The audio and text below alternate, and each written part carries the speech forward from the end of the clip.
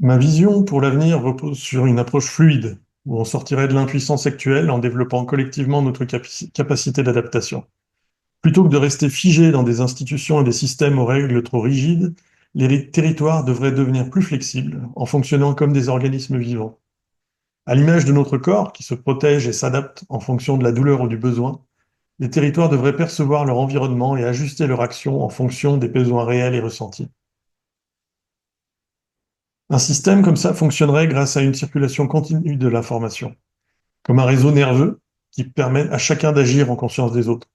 Si chaque personne ressent l'impact de ses actes sur l'ensemble du territoire, elle peut adapter son comportement pour équilibrer le bien-être commun, un peu comme une nuée d'oiseaux ou un banc de poissons qui se coordonnent en parfaite harmonie.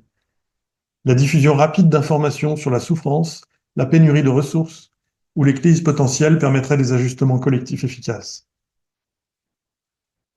Aujourd'hui, on ressemble plutôt à des passagers dans un bus, passivement dirigés par des élus ou experts.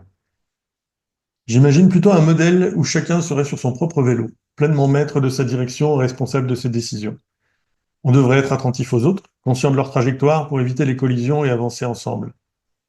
Cet idéal suppose que chacun prenne ses responsabilités et réaffirme son pouvoir d'action, participant à une coordination collective qui rendrait le système plus intelligent et robuste.